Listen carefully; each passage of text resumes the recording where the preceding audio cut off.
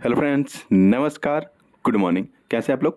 मैं आशा करता हूँ, उम्मीद करता हूँ कि सब लोग स्वस्थ होंगे, मस्त होंगे। ठीक है, तो मैं यहाँ पे डेली करंट अफेयर की वीडियो लाता हूँ, वो भी मैप के साथ। और आज है 7 अगस्त और आज देखेंगे आपको क्या नया सीखने को यहाँ मिलता है।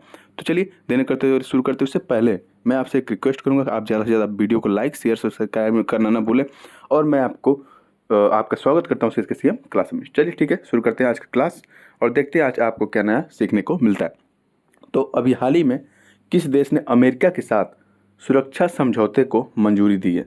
सुरक्षा समझौते को मंजूरी दी है और वो भी अमेरिका के साथ। वो भी इतना इम्पोर्टेंट क्यों हमारे लिए? तो मैं बता रहा हूँ क्यों इम्पोर्टेंट है, क्योंकि अब ये पाकिस्तान ने किया है और ये सिग्नेचर का नाम है सिस्मोआ, जिसे शार्ट में कहते हैं सिस्मोआ। ठीक है, तो सिस्मोआ को अभी हाल ही में किसने समझौते को मंजूरी दी है, किस देश ने? तो इसका सही जवाब है पाकिस्तान ने। पाकिस्तान ने मंजूरी दे दी। और इस तरह का एग्रीमेंट जब कभी भी पाकिस्तान अमेरिका के साथ, रूस के साथ, चीन के साथ या किसी भी अदर कंट्री के साथ या वेरियन कंट्री के साथ करता है तो भारत को थोड़ा सा उससे परेशानी होती है। क्यों परेशानी होती है? क्योंकि भारत का ये पड़ोसी देश है। भारत का ये पड़ोसी देश है। देखिए, ये अपना सुंदर भारत है और यहाँ पे पाकिस्तान है। पाकिस्तान जूम कर लीजिए तो ये देखिए अपना सुंदर भारत। और इसका पूरी बाउंड्री जो है ना पाकिस्तान की, इधर पूरी बाउंड्री इधर देखेंगे तो ये भारत से लगती है। और जब भारत का पड़ोसी यानी कि पाकिस्तान जब किसी अदर कंट्री, खासकर इतनी बड़ी कंट्री जो हथियारों के मामले में बहुत आगे हो, अमेरिका की बात कर रहा हूँ, उसके साथ जब कोई समझौता होता है तो सिक्योरिटी थ्रेट जो है ना वो भारत के लिए बढ़ जाता है। सिक्योरिटी थ्रेट यानी सुरक्षा संबंधित जो मामले हैं वो भारत उसको लेके चिंतित होने लगता है। क्योंकि पाकिस्तान है, आपको पता ही है, पैसा दिया जाता है इसको गरीबी दूर करने के लिए, अपने आप को मजबूत करने के लिए। तो ये लगा देता है आतंकवाद में। आतंकवाद में लगा के भारत की तरफ उसको ठेल देगा, कहेगा कि जाओ जाओ, पैसा मिला है, जाओ जाओ जाओ अटैक करके आओ। तो भारत इस तरह से समझौते से थोड़ा सा यहाँ पे थोड़ा सा दुखी तो है। ठीक है, तो अब ये नहीं कि ये समझौता पहली बार ऐसा हो रहा है। तो इसका सही जवाब आपको मिल गया कि अब अभी हाल ही में किस देश ने अमेरिका के साथ समझौता किया है? तो पाकिस्तान ने अमेरिका के साथ सुरक्षा समझौता किया है। ठीक है, तो इस तरह का समझौता ऐसा नहीं पहली बार हुआ है। ये समझौता इससे पहले 2005 में हुआ था, लेकिन 15 साल की उसकी अवधि थी, टाइम ड्यूरेशन था। 15 साल बाद वो लैप्स हो गया था 2020 में। ठीक है, उसके बाद इस तरह से कोई समझौता नहीं था पाकिस्तान और अमेरिका के बीच में। तो अभी रिसेंटली ये समझौता फिर से कर लिया गया है। ठीक है, जिसका नाम है सिस्मोआ। सिस्मोआ ये एकदम वैसे ही है जैसे अमेरिका ने भारत के साथ किया है, जिसका नाम है कोमकासा। भारत के साथ जो अमेरिका समझौता किया है जिसका नाम है कोमकासा यानी कि communication compatibility and security agreement, वैसे ही सिस्मोआ किया है पाकिस्तान के साथ अमेरिका ने। ठीक है, तो जो कोमकासा के साथ भारत और अमेरिका के रिलेशनशिप बनेंगे, भारत या अमेरिका में जो भी डेवलपमेंट होगी सुरक्षा संबंधित, वैसे ही पाकिस्तान के साथ अमेरिका करने वाला है। ठीक है, ये पता नहीं कौन सी गणित खेलते हैं, सब समझ में नहीं आता है मुझे। तो चलिए, ये आपको पता चल गया कि किसके साथ ये समझौता हुआ है। तो पाकिस्तान के साथ हुआ है। और ये आप मैप में देख लीजिए, पाकिस्तान यहाँ पे है। पाकिस्तान में आप यहाँ पे देखिएगा जम्मू कश्मीर से सटा हुआ गिलगिट बाल्टिस्तान वाला एरिया जो POK जिसे बोलते हैं। ठीक है, इधर पंजाब पड़ेगा, पाकिस्तान में भी पंजाब है, भारत में भी पंजाब है, कंफ्यूज नहीं होना है। और इधर सिंध पड़ेगा, पाकिस्तान का प्रांत, बलूचिस्तान इधर है। ठीक है, और ये खैबर पख्तूनख्वा यहाँ पे है। ठीक है, तो ये पाकिस्तान के कुछ राज्य हैं, इसको थोड़ा ध्यान रखेंगे। अमेरिका की बात करें तो यहाँ पे देखिएगा अमेरिका का मैप, इधर है अटलांटिक महासागर ये, और ये है पैसिफिक ओशन। ओके, और ये है अमेरिका। अमेरिका को जूम कर लीजिए, यहाँ देख लीजिए, इसके नॉर्थ में देखिएगा कनाडा और बीच में है ये अमेरिका, और इसके साउथ में देखिएगा मैक्सिको।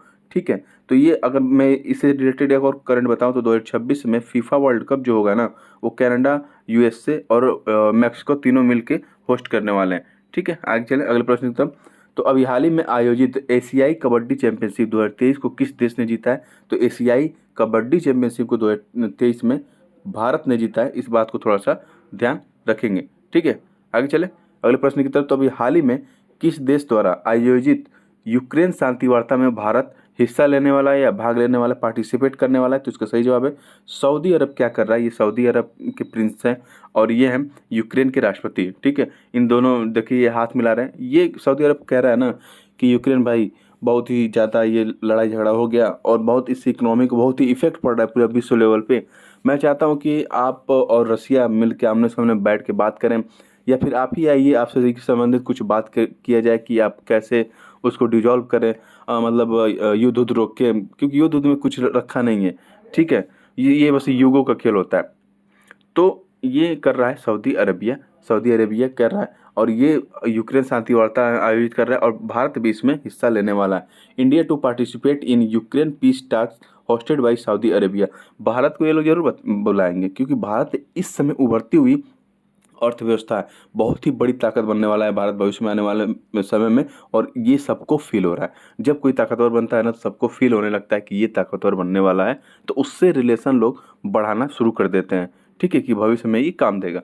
तो भारत भी इसमें पार्टिसिपेट करने वाला है यूक्रेन शांति समझौते में।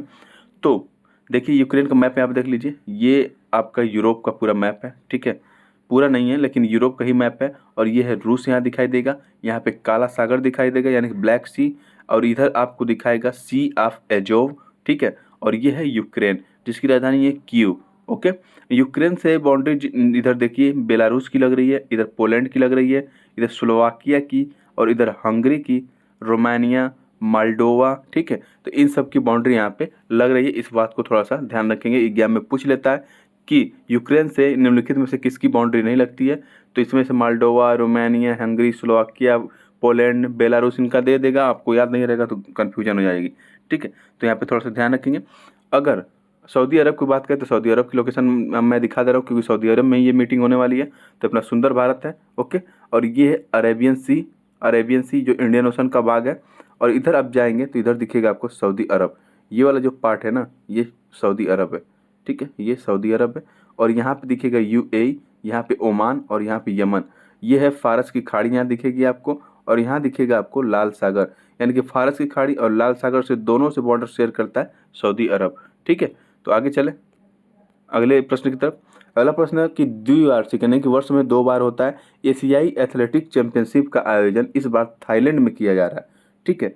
तो आपको यहाँ से पता चलेगा कि ये दो साल में एक बार होता है, और एशियाई एथलेटिक जो चैंपियनशिप है इसका आयोजन थाईलैंड में किया जा रहा है। पूछ रहा है कि इसका शुभंकर इस बार किसी भारतीय देवी देवता को बनाया गया, किनको बनाया गया ये आपको बताना है। तो ये आपके ऑप्शन है, और इसका सही जवाब है हनुमान जी, पवन पुत्र हनुमान जी। पवन पुत्र हनुमान जी को शुभंकर बनाया गया एशियाई एथलेटिक्स चैंपियनशिप का। अब ये कहेंगे पवन पुत्र हनुमान जी को ही क्यों, और वो भी थाईलैंड।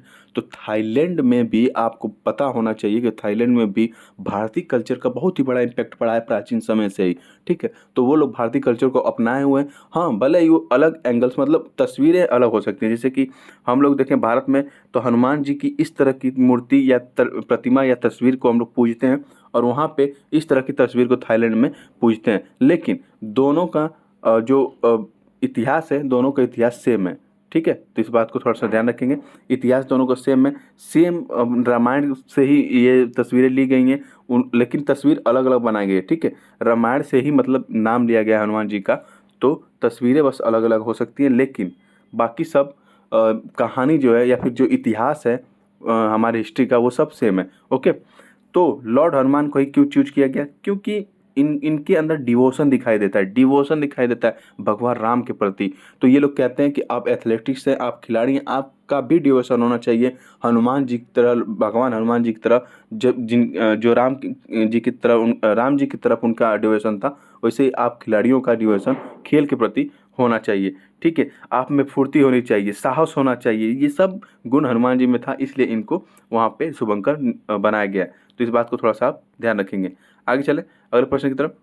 हाल ही में जारी आंकड़ों के अनुसार 2022 में रेबीज के कारण सर्वाधिक मौतें किस केंद्र शासित या राज्य में किस केंद्र शासित प्रदेश या राज्य में हुई, ये आपको बताना है। तो इसका सही जवाब है दिल्ली, ठीक है, इसका सही जवाब है दिल्ली। आगे चले अगला प्रश्न की तरफ। तो किस देश की संसद ने एक बिल पेश करके अपने देश की सुप्रीम कोर्ट की पावर को क्या किया है, कम कर दिया है। तो ये देखिए सुप्रीम कोर्ट की पावर को कम करना यानी कि आप जो केंद्र में जो शासन है, प्रशासन है, यानी कि जो केंद्र सरकार है उसके पावर को आप बढ़ा रहे हैं, ठीक है। और ये थोड़ा सा मुझे लगता है कि सही नहीं है, क्योंकि आप भी सोचिए जहाँ पे न्यायपालिका कमजोर हो वहाँ पे न्याय व्यवस्था कैसी होगी भविष्य में। तो ये इसका सही जवाब है इजराइल। इजराइल की बात ये हो रही है, ठीक है। इजराइल का जो संसद भवन है उसे हम नेसेट कहते हैं, और इसने क्या किया है कि कॉन्टेस्टेड यानी संकुचित कर दिया है किसका, सुप्रीम कोर्ट के पावर को एक बिल ला के, ठीक है। तो इस बात को थोड़ा सा आप ध्यान रखेंगे। इजराइल की बात हुई तो इजराइल का मैप यहाँ पे देख लीजिए, ओके। ये अपना सुंदर भारत है यहाँ पे, और ये पूरा विश्व का मैप है। इजराइल की लोकेशन यहाँ है, जूम करके दिखा देता हूँ, ये है, ठीक है। तो इजराइल से जॉर्डन की बॉर्डर लगती है, इधर इजिप्ट से लगती है, इधर सीरिया से लगती है, और इधर लेबनान से लगती है, ठीक है। और यहाँ पे देखेंगे तो इजराइल के पार्ट में ये एक वेस्ट बैंक है और ये गोलन हाइट्स है, ओके। यहाँ पे यह संघर्ष चलता रहता है इसको कब्जा करने के लिए। तो ये वेस्ट बैंक और ये गोलन हाइट्स और ये गाजा पट्टी भी, इसको थोड़ा सा ध्यान रखेंगे, ठीक है। तो इजराइल के अंदर है ये, लेकिन इजराइल का कब्जा इन पे नहीं है, गाजा पट्टी पे और ये वेस्ट बैंक पे और ये गोलन हाइट्स पे, ओके। और इधर देखेंगे तो आप ये भूमध्य सागर है। आगे चलते हैं अगले प्रश्न की तरफ।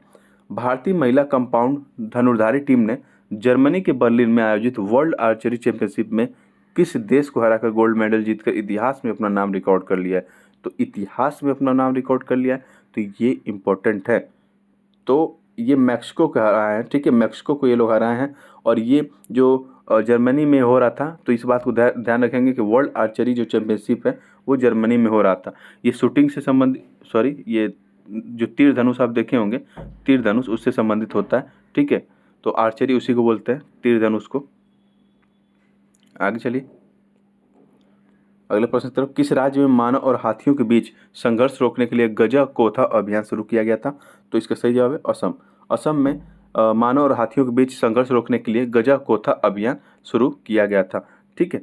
तो ये असम की लोकेशन यहाँ पे देख लीजिए, ये नॉर्थ ईस्ट का पार्ट है और इससे यह रहा असम आपका। असम की राजधानी है दिसपुर। चलिए आगे चलते हैं। हाल ही में किस राज्य सरकार ने शुभ यात्रा नामक एक अभूतपूर्व योजना शुरू की है? तो शुभ यात्रा नामक एक अभूतपूर्व योजना किसने शुरू किया है? तो केरल सरकार ने इस योजना की शुरुआत की है, शुभ यात्रा की, ठीक है। आगे चलें तो कृष्णा द सेवेंथ सेंस के लेखक कौन है, ये आपको बताना है। कृष्णा द सेवेंथ सेंस के लेखक हैं Devashish Chatterjee. Devashish Chatterjee Krishna the seventh sense के लेखक हैं। सलमान रुश्दी की बात करें तो इन्हें जर्मन का peace prize, prestigious peace prize से सम्मानित किया गया है, ये भी आप ध्यान रखेंगे। आगे चलें तो किस देश की संसद ने एक बिल पेश करके, सॉरी ये तो बता चुका हूँ, ओके, इसका सही जवाब था इजराइल, ओके। आगे चले तो स्किल इंडिया परियोजना ने सफलतापूर्वक विलुप्त हो रही नमदा कला को पुनर्जीवित किया है। इस कला का संबंध किस राज्य से है, ये आपको बताना है। तो नमदा कला का संबंध है जम्मू कश्मीर राज्य से, ठीक है। तो और इसको कैसे सुरक्षित किया गया था? तो जो स्किल इंडिया प्रोजेक्ट है, ठीक है, कौशल भारत जो योजना है उसके तहत इसको सुरक्षित किया गया था। और ये जम्मू कश्मीर की कला है, तो ये है जम्मू कश्मीर मैप में आप यहाँ पे देख लेंगे नमदा कला। अभी हाल ही में किस देश की सरकार ने बीबीसी यानी कि ब्रिटिश ब्रॉडकास्टिंग कॉरपोरेशन के पत्रकारों को प्रतिबंधित कर दिया है? तो इसका सही जवाब है सीरिया। सीरिया की सरकार ने ऐसा किया है। और देखिए Syria revokes BBC media accreditation for spreading fake news, ठीक है। फेक न्यूज फैलाने के कारण, अपने देश में फेक न्यूज फैलाने के कारण बीबीसी को सीरिया ने क्या किया, अपने यहाँ प्रतिबंधित कर दिया। क्योंकि कोई भी अगर फॉरेनर मीडिया चैनल है वो आपके देश में रिपोर्टिंग कर रहा है, तो वो रिपोर्टिंग तभी कर पाएगा जब आप उसको परमिशन देंगे, ठीक है। तो सीरिया ने क्या किया है, परमिशन बैन कर दिया है बीबीसी के पत्रकारों का। इस बात को थोड़ा सा ध्यान रखेंगे। आगे चलें अगले प्रश्न की तरफ। तो आईआईटी दिल्ली द्वारा किस देश में अपना पहला वो भारत का दूसरा परिसर स्थापित किया जा रहा है? तो इसका सही जवाब है संयुक्त अरब अमीरात। संयुक्त अरब अमीरात यानी कि यूएई की बात हो रही है, ठीक है। तो पहला अगर आईआईटी कैंपस की बात करें तो पहला जो आईआईटी कैंपस था वो आईआईटी मद्रास ने तंजानिया के एक आइलैंड है जंजीबार में स्थापित किया था। और दूसरा आईआईटी कैंपस की बात करें तो आईआईटी दिल्ली ने ये संयुक्त अरब अमीरात में अपना कैंपस खोला है, ओके। यहाँ कन्फ्यूज नहीं होना है, आगे चलना है। तो ये देखिए ये जो है ना, ये ग्रैंड स्लैम से संबंधित बात है। अभी हाल ही में विंबलडन जो ग्रैंड स्लैम हुआ था तो उसको जीता था कार्लोस अल्कराज ने। उससे पहले जो फ्रेंच हुआ था उसको जीता था नोवाक जोकोविक ने। ये मेंस की बात कर रहा हूँ, पुरुषों वाली, ठीक है। और उससे पहले जो हुआ था ऑस्ट्रेलियन, उसको भी जीता था नोवाक जोकोविच ने। दो तो नोवाक जोकोविच जीते थे, ऑस्ट्रेलियन और फ्रेंच। उसके बाद कार्लोस कहे कि भैया रुक जाइए, ब्रेक लगाइए, मैं अब इस बार जीतूंगा विंबलडन। तो कार्लोस अल्कराज जीत गए विंबलडन। और ऑस्ट्रेलियन ओपन महिला की बात करें तो ये आरियाना सबालेंका जीती थी। और अगर फ्रेंच ओपन महिला की बात करें तो ईगा स्वितेक जीती थी। और विंबलडन महिला की बात करें तो मार्केटा वांडरसोवा जीती थी। इस बात को भी थोड़ा सा आप ध्यान रखेंगे। आगे चले। अभी हाल ही में नाटो शिखर सम्मेलन 2023 विनियस में संपन्न हुआ। और विनियस किस देश की राजधानी है, ये आपको बताना है। तो इसका सही जवाब तो है लिथुआनिया। और इसी की राजधानी है विनियस। अगर विनियस में मैप में आपको दिखाता हूँ तो यहाँ दिखेगा आपको यूरोप का मैप, जूम कर लीजिए तो यहाँ दिखेगा लिथुआनिया, जिसकी बाउंड्री इधर बाल्टिक सागर से लग रही है, क्योंकि लिथुआनिया, लाटविया और एस्टोनिया इसको बाल्टिक कंट्री बोलते हैं। अगर आपसे पूछे कि लिथुआनिया की बाउंड्री क्या रसिया से लगती है, हाँ रसिया से लगती है। अगर आपसे पूछे क्या रसिया की बाउंड्री बाल्टिक सी से लगती है, तो हाँ लगती है। यहाँ पे रसिया का एक पार्ट है जिससे बाल्टिक सी से रसिया की बाउंड्री यहाँ पे लगती हुई नजर आएगी, और ये लिथुआनिया है। लिथुआनिया की राजधानी यहाँ है विल्नियस। ठीक है, आगे चलें अगले प्रश्न की तरफ। तो राष्ट्रमंडल खेल 2026 मेजबानी के खर्च के चलते किस देश ने खेल का आयोजन करने से मना कर दिया है? तो इसका सही जवाब है विक्टोरिया, ऑस्ट्रेलिया। ऑस्ट्रेलिया के विक्टोरिया में ये होने वाला था और इसने कहा कि भैया बहुत ही पैसा खर्च हो रहा है, मैं इस खेल का आयोजन नहीं कर पाऊंगा। तो संभावना ये जताई जा रही है कि हो सकता है कि भारत इस खेल का आयोजन करे भविष्य में 2026 के राष्ट्रमंडल खेल का। ठीक है, तो आगे चलते हैं अगले प्रश्न की तरफ। अगला प्रश्न है कि अभी हाल ही में टाइफून तालीम देखा गया, तो किस सागरीय क्षेत्र में दस्तक दे चुका है? तो इसका सही जवाब है दक्षिण चीन सागर में ये दस्तक दे चुका है। इधर देखिए, ये विश्व का पूरा मैप है। ठीक है, इस रीजन में, ये जो इंडियन ओशन वाला रीजन है, इधर अगर कोई भी तूफान चक्रवात आता है तो उसे साइक्लोन कहते हैं।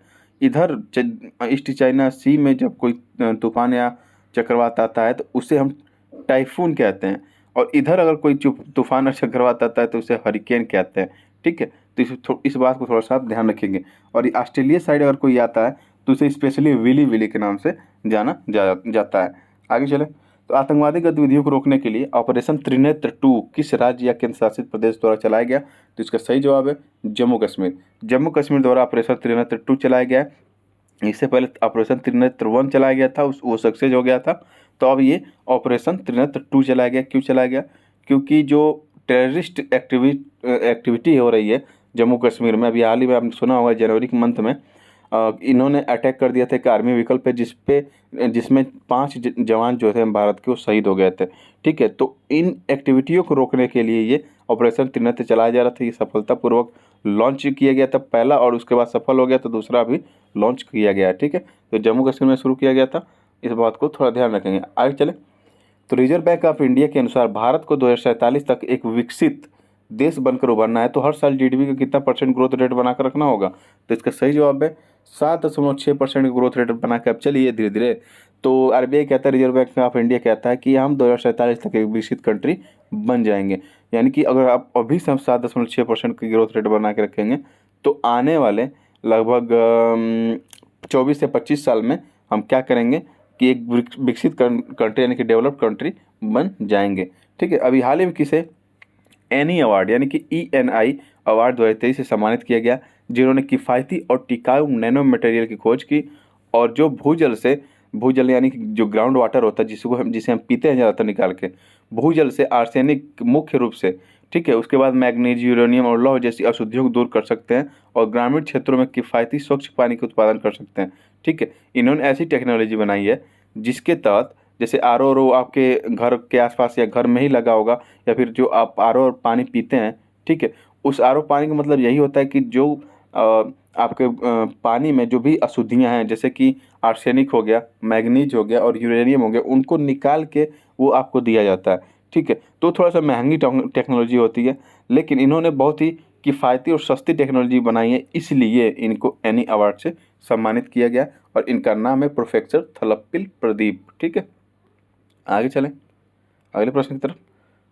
तो अगला प्रश्न है आपका कि अभी हाल ही में तदर समिति ने 23 सितंबर को जो चीन की झांगझोउ शहर में एशियाई खेलों का आयोजन होने वाला है, ठीक है, तो वहाँ पे जब एशियाई खेलों का आयोजन होने वाला है, उसके पहले जब वहाँ पे प्लेयर जाते हैं ना, तो उनका टेस्ट लिया जाता है भारत में। ठीक है, उनका टेस्ट लिया जाता है कि आप उसमें क्वालिफाई कर रहे हैं कि नहीं कर रहे हैं। लेकिन यहाँ पे क्या किया गया, जो विनेश फोगाट जी हैं और बजरंग पुनिया जी हैं, इन दोनों को बिना टेस्ट लिए ही इनको क्वालिफाई कर दिया गया। तो बहुत से प्लेयर जो है वो आवाज़ उठाए कि ऐसा कैसे कर दिया गया। सुप्रीम कोर्ट ने भी फटकार लगाई कि ऐसा कैसे आप कर दिए, इनके पिछले प्रदर्शन को देखते हुए आप अगले में सिलेक्शन करा दिए, बाकी जो प्लेयर है उनका आप टेस्ट ले रहे हैं, इनका टेस्ट नहीं ले रहे हैं, ऐसा क्यों कर रहे हैं? ये मतलब असमानता क्यों बढ़ती जा रही है, ये सुप्रीम कोर्ट ने भी पूछा। ठीक है, तो इनको तो पहले अलाउ कर दिया गया था विनेश फोगाट और बजरंग पुनिया को, उसके बाद जब सुप्रीम कोर्ट ने फटकार लगाई तो फिर ये कहा गया जो खेल मंत्रालय है उसके द्वारा ये कहा गया कि ठीक है, हम इनका भी परीक्षण करेंगे, टेस्ट लेंगे, उसके बाद ही ये लोग खेलने जा पाएंगे। ठीक है, तो चाइना में ये गेम होने वाला है, एशियाई खेल होने वाला है। तो ये है चाइना का मैप, आप देख सकते हैं। ये है होंगजाओ शहर, जो इधर ईस्ट चाइना सी के आसपास ही दिखाई देगा। ठीक है, आगे चले अगले प्रश्न की तरफ। तो अभी हाल ही में काकरापार परमाणु ऊर्जा परियोजना में भारत के पहले स्वदेशी रूप से विकसित 700 मेगावाट परमाणु ऊर्जा रिएक्टर ने सफलतापूर्वक वाणिज्यिक एंड कमर्शियल संचालन शुरू कर दिया है। ये संयंत्र किस राज्य में स्थापित किया गया, ये आपको बताना है। तो इसका सही जवाब है गुजरात। गुजरात में काकरापार परमाणु ऊर्जा परियोजना को स्थापित किया गया है। इस बात को भी थोड़ा सा आप ध्यान रखेंगे। ठीक है, बाकी जो और हैं, जैसे कि उत्तर प्रदेश में एक परमाणु ऊर्जा प्लांट है जिसका नाम है नरौरा, राजस्थान में एक रावत भाटा करके, काकरापार गुजरात में दिखेगा, और तारापुर जो दिखेगा महाराष्ट्र में दिखेगा, कर्नाटक में कैगा दिखेगा, और इधर तमिलनाडु में दिखेगा आपको कुडनकुलम, और ये तमिलनाडु और आंध्र प्रदेश के बॉर्डर पे दिखेगा आपको एक है कलपक्कम करके। ठीक है, नेक्स्ट। तो नेक्स्ट क्वेश्चन ये है कि अभी आपने हाल ही में सुना होगा कि ये उपराष्ट्रपति जो जगदीप धनखड़ जी हैं, और जो उपराष्ट्रपति का एक पैनल होता है, ठीक है, उपाध्यक्ष का राज्यसभा के उपाध्यक्ष का एक पैनल होता है जिसमें 8 मेंबर होते हैं उस पैनल में। तो अभी तक ऐसा कोई रूल नहीं था कि इसमें 50% महिलाएं होंगी, लेकिन जगदीप धनखड़ जी ने कहा कि इसमें अब इस पैनल में 50% महिलाएं होंगी, यानी कि 8 में से 4 जो होंगी वो महिलाओं की नियुक्ति होना अनिवार्य है। ठीक है, तो इस तरह से पहली बार किया गया है, और पहली बार 4 महिलाओं की नियुक्ति की गई है, और उनका नाम क्या है? एक लोगों का नाम है श्रीमती सुलता देव, एक लोगों का नाम है श्रीमती फांगनोन कोन्याक, एक लोगों का नाम है पीटी उषा, और एक लोगों का नाम है डॉक्टर फौजिया खान। इन लोगों का नाम आप याद रखेंगे। ठीक है, आगे चलें। तो फिलहाल आज के करंट में इतना ही। वीडियो कैसी लगी आपको कमेंट बॉक्स में लिख के ज़रूर बताएं। अगर आप चाहते हैं कि कुछ और इसमें सुधार किया जाए, कुछ और ऐड ऑन किया जाए, तो मैं वो भी करने के लिए तैयार हूँ। बस आप कमेंट तो करिए। तो फिलहाल थैंक यू, जय हिंद, मिलते हैं नेक्स्ट वीडियो में।